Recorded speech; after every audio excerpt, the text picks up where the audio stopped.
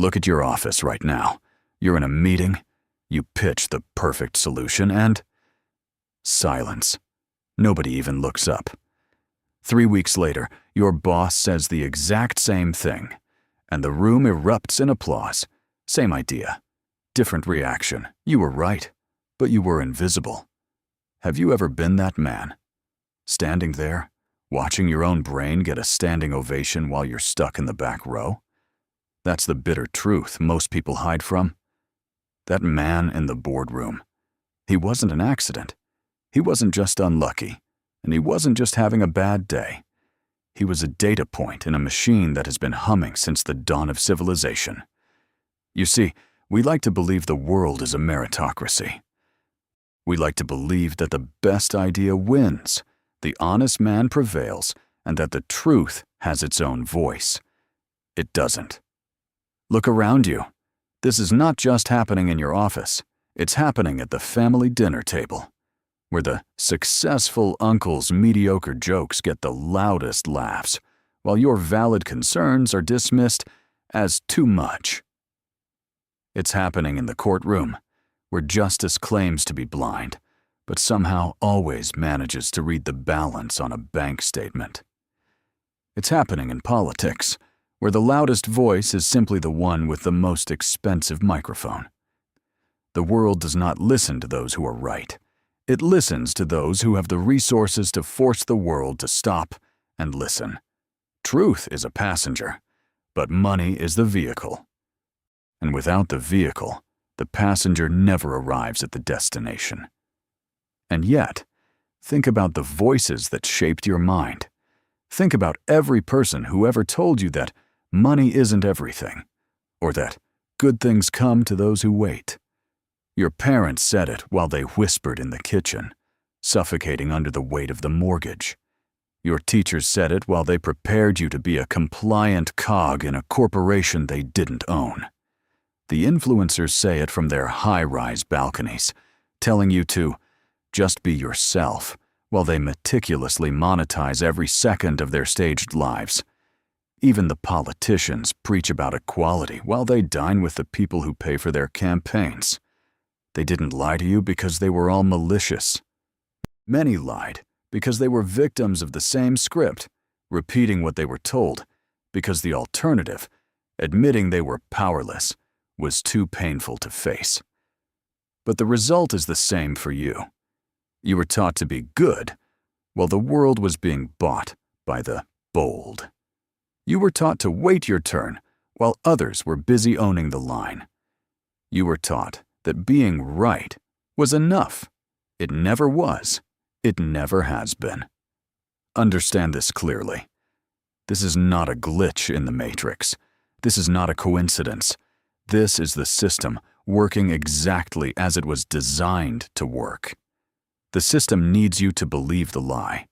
It needs a massive population of people who are willing to stay right in silence, while a small group remains loud in power. Because if you truly believe that money doesn't matter, you will never stay up late to master it. You will never take the risks required to control it. And if you never master it, you will never be a threat to the people who already do. They didn't teach you this by accident. They didn't leave this out of the curriculum because they forgot. Ask yourself the only question that matters. Who benefits when you believe money doesn't matter? Who wins when you stay invisible? Poverty is not just a lack of paper in your wallet. It is a biological siege.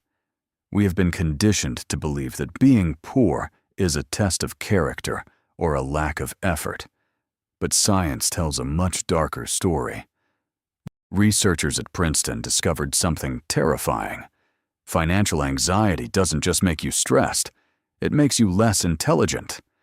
It consumes what they call cognitive bandwidth. When you are constantly calculating how to survive the next 24 hours, your brain loses the equivalent of 13 IQ points. That is the same mental decline as staying awake for an entire night. You aren't just tired, you are operating with a hijacked mind. Think about the wealthy man. He isn't necessarily smarter than you, but he has the luxury of a long horizon. He can look 5 years into the future because his now is already paid for. His brain is a calm sea, capable of strategic navigation. But for you, the horizon has been forcefully pulled back. It doesn't stretch to 5 years, or even 5 months. It stops at tomorrow morning. When you are in survival mode, your brain shuts down the parts responsible for long-term planning and strategic thinking. You stop making choices. You start having reflexes. You don't decide to take that high-interest loan.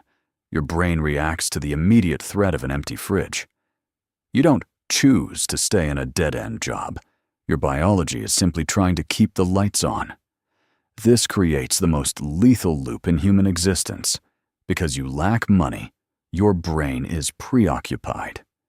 Because your brain is preoccupied, your decision-making suffers. Because your decision-making suffers, you make mistakes that cost you even more money. The trap isn't made of steel, it's made of neurochemistry. You are being forced to play a game of chess while someone is screaming in your ear and the clock is ticking down to 0. The most dangerous part? This is exactly how the architecture of society is designed to function. They don't need to build walls to keep you in your place. They don't need to put you in physical chains to keep you from rising. All they need to do is keep you in survival mode. They just need to keep you worried enough about the next bill that you never have the mental space to question the system itself. The rest? Your own exhausted, overloaded brain will do the work for them. You will stay small, not because you lack the will, but because you lack the bandwidth to be big. That is the ultimate theft. Poverty doesn't just take your money. It steals the version of you that was capable of winning. Poverty is not a localized infection. It is a poison that enters the bloodstream and travels to every corner of your existence. It doesn't stop at your wallet. It doesn't end when you close your bank app up. It follows you home, sits at your table, and tucks your children into bed. It reaches for everything you love and slowly, methodically, begins to suffocate it. Observe how it starts with the simplest of things. Choice. The poor man eats what he can afford. He stands in the grocery aisle negotiating with his hunger, choosing the cheaper poison over the expensive nutrient. The wealthy man eats what he desires. He negotiates with his health, choosing the fuel that will make his mind sharper. One man is a prisoner of his budget. The other is the master of his body. It climbs to your dignity. The poor man waits for the clock to strike 5, praying he isn't asked to stay late, yet saying yes to every disrespect, because he knows no is too expensive. He trades his pride for a paycheck, realizing that in the eyes of the system, he is entirely replaceable. The wealthy man owns the clock. He doesn't trade time. He buys it. He doesn't ask for permission to live. He gives others the privilege to work for him. One man is a tool. The other is the hand that holds it. Consider also your voice. When the poor man speaks the truth, he is called bitter or unrealistic. His wisdom is dismissed because he has no results to back it up. He is invisible in a crowded room. But when the wealthy man speaks, the world falls silent. Even his simplest observations are called visionary. His mistakes are called pivots. The world doesn't care about the truth. It cares about the tax bracket of the person telling it. Freedom of speech is a myth if you don't have the capital to make people listen. Then it enters your heart. They tell you love is all you need. They lied. The poor man loves under a ceiling that is always leaking. Every romantic gesture is weighed against the electric bill. Every argument about the future is really an argument about the lack of money. Love becomes a luxury he cannot afford to maintain, eventually eroding into resentment. But the wealthy man uses his resources to protect his love. He builds a fortress against the outside world, so his family can flourish in peace. Money is the oxygen that keeps the flame of affection from being snuffed out by the cold wind of reality. Finally, it reaches the heaviest weight of all: your legacy, your children. The poor man teaches his children how to survive. He hands them the same broken map that led him into the woods. He leaves them his debts, his fears, and his humility. His children start the race from the back of the line, forced to fight the same battles their father already lost. The wealthy man leaves a foundation. He gives his children the high ground. He leaves them a name that opens doors and a capital that builds them. He gives them the freedom to fail, which is the only way to truly succeed. This is the brutal reality you must face. A poor man may love deeply. He may be the kindest soul on earth, but he watches the ones he loves most suffer the consequences of his poverty, and there is no humiliation on earth heavier than that. You've heard versions of this before. You've felt the sting in your chest as I said those words. You nodded because you know I am right. So why haven't you changed? Why do you nod your head today and go back to the same habits tomorrow? What is actually holding you back? Is it a lack of money, or a lack of courage to admit you've been living the wrong way for too long? Stop for a moment. I want you to look at your own life, not through the lens of your excuses, but through the lens of the truth I've just laid out. You've heard versions of this before. You've watched the videos, you've read the posts, and in those quiet moments late at night, you nodded. You felt that fire in your chest. And then, nothing changed. You woke up the next morning and stepped right back into the same loop, wearing the same chains, repeating the same lies to yourself. Why? It's not because you lack the intelligence. It's not because you lack the will. It's because of a psychological trap that is more powerful than any prison cell. Your brain doesn't fear failure half as much as it fears conflict. Specifically, the conflict of admitting that the people you love, the parents who raised you, the teachers who guided you, the friends who surround you, might have been wrong. To choose wealth, to choose sovereignty, you must first admit that the map you were given was a lie. And for most people, that realization feels like betrayal. It feels like you're saying your father was a fool or your mother was a failure. So, instead of facing that emotional pain, you choose the familiar comfort of struggle. You tell yourself that being good and being poor are the same thing, because that is the only way to keep your world from falling apart. But listen closely. Changing your beliefs is not an act of betrayal. It is an act of extreme bravery. It is the moment you stop being a passenger in someone else's mistake and start being the architect of your own empire. No one told you that shifting your perspective was a virtue. No one told you that walking away from a broken philosophy is how you honor your potential. So I have to ask you, and I want you to be honest with the person in the mirror. What is actually holding you back? Is it really a lack of money? Or is it simply a lack of courage to admit that you've been living the wrong way for far too long? The truth is already in your hands. The question is, are you brave enough to hold it? Picture yourself back in that boardroom. You've spent weeks on the data. You found the leak in the system. You raise your hand. You explain the solution with perfect logic, and what happens? Silence. A few polite nods. A quick thanks for sharing. And the conversation moves on as if you never spoke. Then, 3 weeks later, the CEO walks in. He says the exact same thing. He uses your words, your logic, your conclusion. The room erupts. People are taking notes. They call it visionary. They call it the turning point for the company. Have you ever felt that bitter burn in the back of your throat? That wasn't a coincidence. That was a lesson the world was trying to teach you, but you weren't ready to learn it yet. You see, the world doesn't bow to truth. It bows to the man who can afford to make it listen. Observe how this plays out in your own living room. Think about the family dinner where you tried to warn them about a bad investment or a health risk. You were ignored. You were told you were overthinking it. But when the wealthy uncle, the one with the beach house and the luxury SUV, says the exact same thing 6 months later, it's treated like a divine revelation.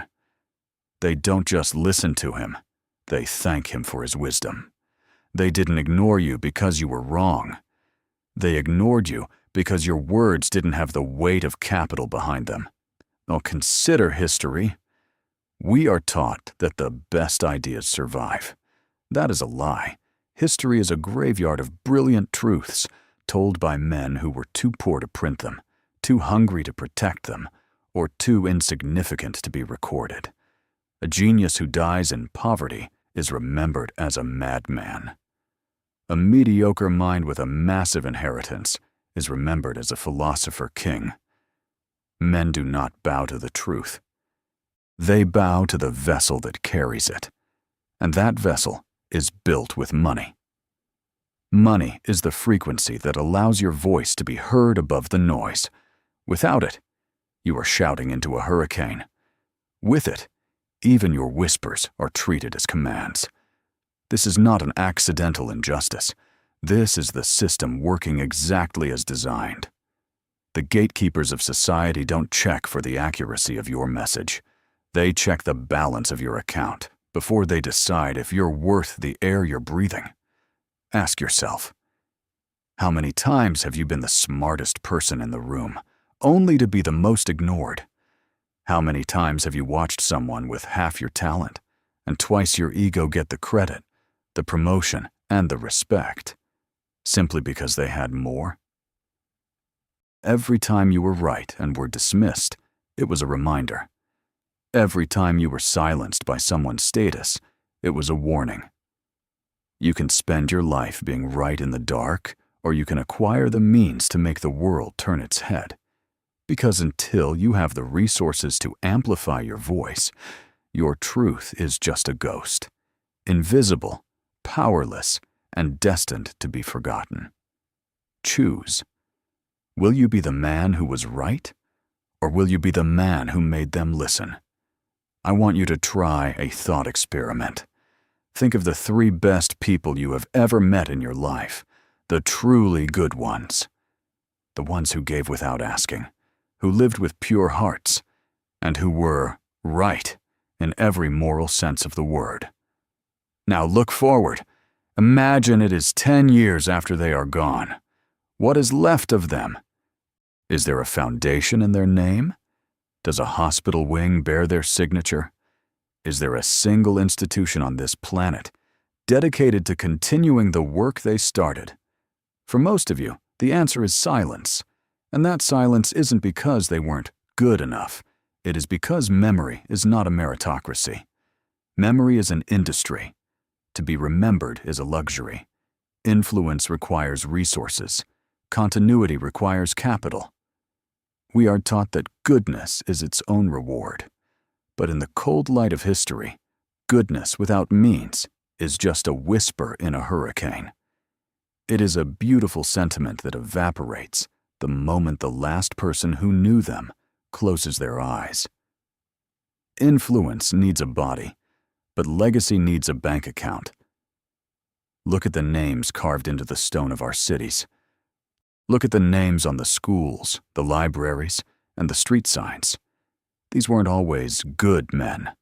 Many were complex, flawed, even ruthless. But they left behind structures. They built the universities. They commissioned the cathedrals. They didn't survive in the books because they were kinder than your neighbor. They survived because they possessed the surplus to ensure their impact didn't die when their heart stopped beating. They understood a truth that you are currently trying to ignore. Good intentions are fragile. Assets are permanent. If you have no resources, your goodness ends at the edge of your own life. If you have wealth, your goodness can feed a city for a century after you are buried. History is not written by the good. It is not even written by the strong. History is written by those who possessed the means to commission its telling, and the discipline to build something worth telling. If you want your values to outlive your body, you must first acquire the power to protect them. Otherwise, you aren't building a legacy. You are just waiting to be forgotten. But let's bring this back from the grand stages of history to the quiet walls of your own home. Because the most dangerous lie they ever told you is that your struggle is yours alone. It isn't. Every choice you make today, every hour you waste, every risk you avoid, is a choice you are making for someone who hasn't even been born yet. Consider the good man who dies broke. He was a man of character.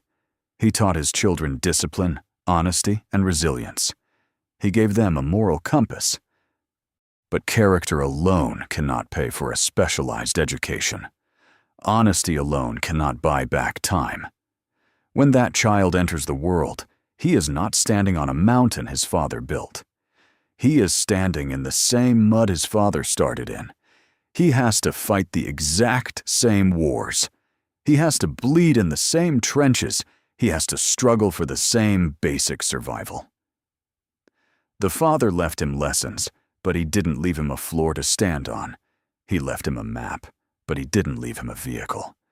Suddenly, the child realizes he is living his father's life all over again, not by choice, but by necessity.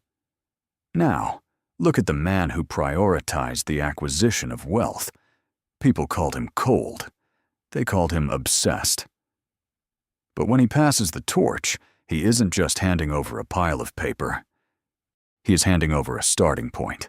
He's leaving his children the most precious commodity on earth: time. Because his children don't have to spend their 20s fighting for rent, they can spend their 20s fighting for an empire. Because they don't have to beg for a job, they can decide who gets to have one. Money is not just a weapon for your own survival. It is a relic you forge today to protect the people you will never live to see. Every morning you choose to stay in bed. You aren't just losing 10 minutes. You are stealing 10 minutes of freedom from your grandson. Every time you accept a salary that is beneath your worth because you are too afraid to demand more, you are signing a contract for your daughter's limitation.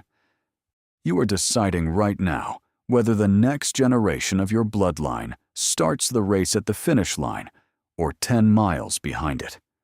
You think you are being content with what you have. You think you are being humble. You aren't.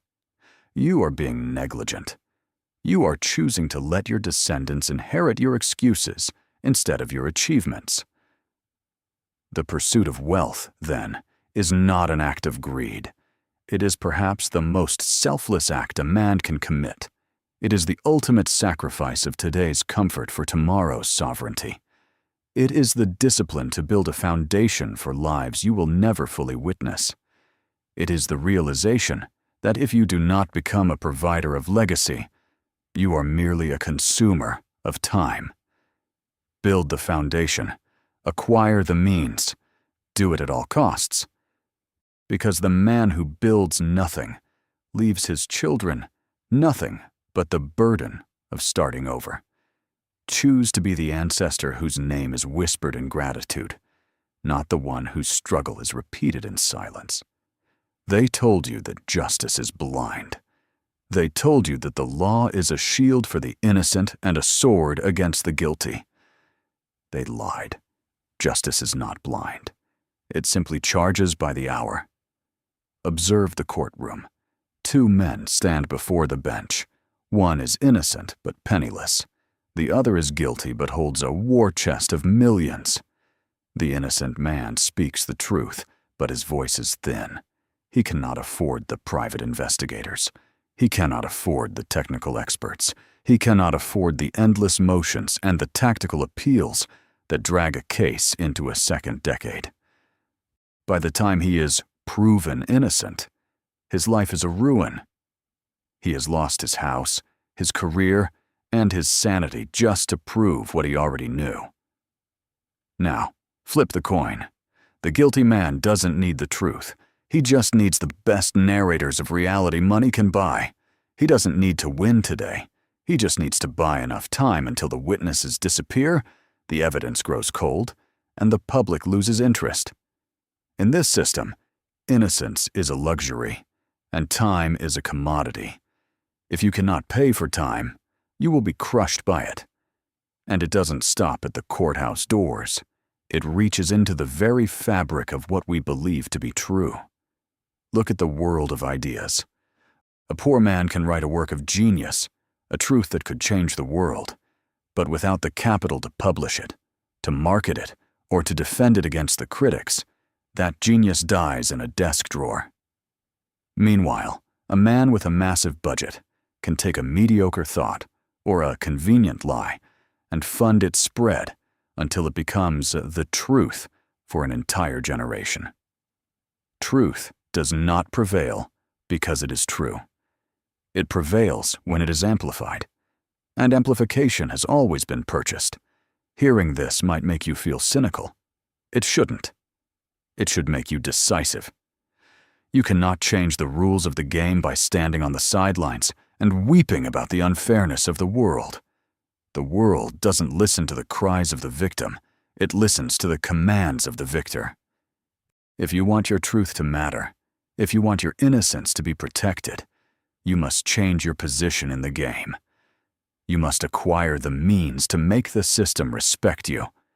Acquire wealth at all costs, because being right is a virtue, but being wealthy is the only way to make sure the world actually cares that you were right. You asked what separates the man who builds an empire from the man who destroys his life chasing one. The answer is not ambition. Both men have ambition. Both men want the view from the top. The difference is who controlled themselves before they attempted to control the world. If you use manipulation to get money, money owns you before you even have it. You have become a slave to the shortcut. You have allowed the external world to dictate your character. But the man of discipline, he becomes a king before the first coin is ever earned. He has already won the most important war, the war against his own impulses. Discipline is the only weapon that cannot be taken from you. It is what you do when the sun isn't up and the camera is off. It is the choice to wake up and face the cold floor at 4 a.m. while the world is still dreaming of success. It is the strength to say no to the party, no to the drink, and no to the easy distraction so you can finish the one chapter that builds your foundation. But most importantly, discipline is the silence you keep when you are treated unfairly. It is the ability to swallow your pride while a small man mocks you, not because you are weak, but because you know exactly what you are building. You do not argue with people who aren't going where you are going. You do not trade your energy for their attention. You move in silence because the noise of your results will eventually be deafening. When I say, acquire at all costs, I do not mean at the cost of your soul. I mean at the cost of your excuses. I mean at the cost of your comfort. If you pay for wealth with your character, you haven't acquired anything. You've just gone into debt to the devil. Manipulation buys money. Discipline buys freedom. And freedom is the only thing worth acquiring in the first place. Money is just the paper that proves you were disciplined enough to handle the responsibility of being free. Let this be your manifesto. Let this be the truth you carry when the path gets dark. Wealth is not greed. It is sovereignty. It is the right to say no to anyone on this planet. Wealth is not indulgence. It is insulation. It is the barrier between the ones you love and a world that wants to crush them. Wealth is not selfishness. It is the foundation. It is the soil upon which every other virtue, your kindness, your generosity, your protection, either stands or falls. If you are broke, your virtues are just theories. If you are wealthy, your virtues are a reality. So, do not apologize for your hunger. Do not let the weak convince you that your pursuit is a sin. Your pursuit is a duty. Become the man who can afford to be good. Become the man who can afford to be heard. Build your empire not with tricks, but with the relentless, crushing weight of your own discipline. Acquire the means, protect the legacy, and never, ever make an excuse again. Because at the end of the day, the world doesn't care about your intentions. It only cares about what you built. Choose to build something that cannot be ignored. If you've made it this far, you've stopped being a passive observer. You already know what side you're on. The question was never whether this was true. The truth has been staring you in the face your entire life. In every room you were ignored in every no you had to accept, because you couldn't afford a yes. And in every moment you watched the wealthy rewrite the rules while you were forced to follow them. The question was always whether you had the courage to stop pretending it wasn't true. There are two kinds of people watching this right now. The first group has known this for years. You felt the weight of the system in your bones, but you lived in silence. You were afraid that admitting the importance of money made you bad or greedy, so you stayed small. You stayed replaceable. You stayed quiet. The second group is hearing this for the first time. You feel something breaking inside you, a glass ceiling of lies that your parents, your teachers, and your society built around your mind. You're realizing that the morality they taught you was actually a cage designed to keep you in survival mode while they enjoyed the view from the top. Both of you are standing at the exact same crossroads today. The path of least resistance is to close this video and return to the comfort of your excuses. You can go back to being the man who is right but ignored. You can go back to leaving your children a legacy of struggle. Or you can choose a different path. But before you do, you must answer 3 questions. Are you ready to pay today's price to escape tomorrow's humiliation? Are you willing to be disciplined in private so you never have to beg in public? Are you ready to build something that outlasts your own heartbeat? If your answer is yes, then it is time to declare it. Not for me, but to anchor your own identity. If you are ready to stop being a victim of the system and start becoming the master of your own fate, write in the comments, "I choose sovereignty." I didn't say I choose wealth. I said sovereignty. Because wealth is just the currency, but sovereignty is the goal. Sovereignty is the power to exist without asking for permission. It is the ability to protect what you love and amplify what you believe.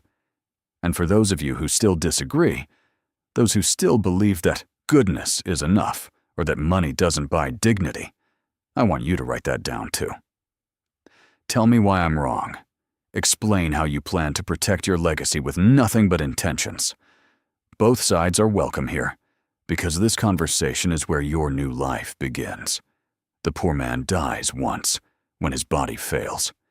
He leaves a name that fades like a whisper in the wind.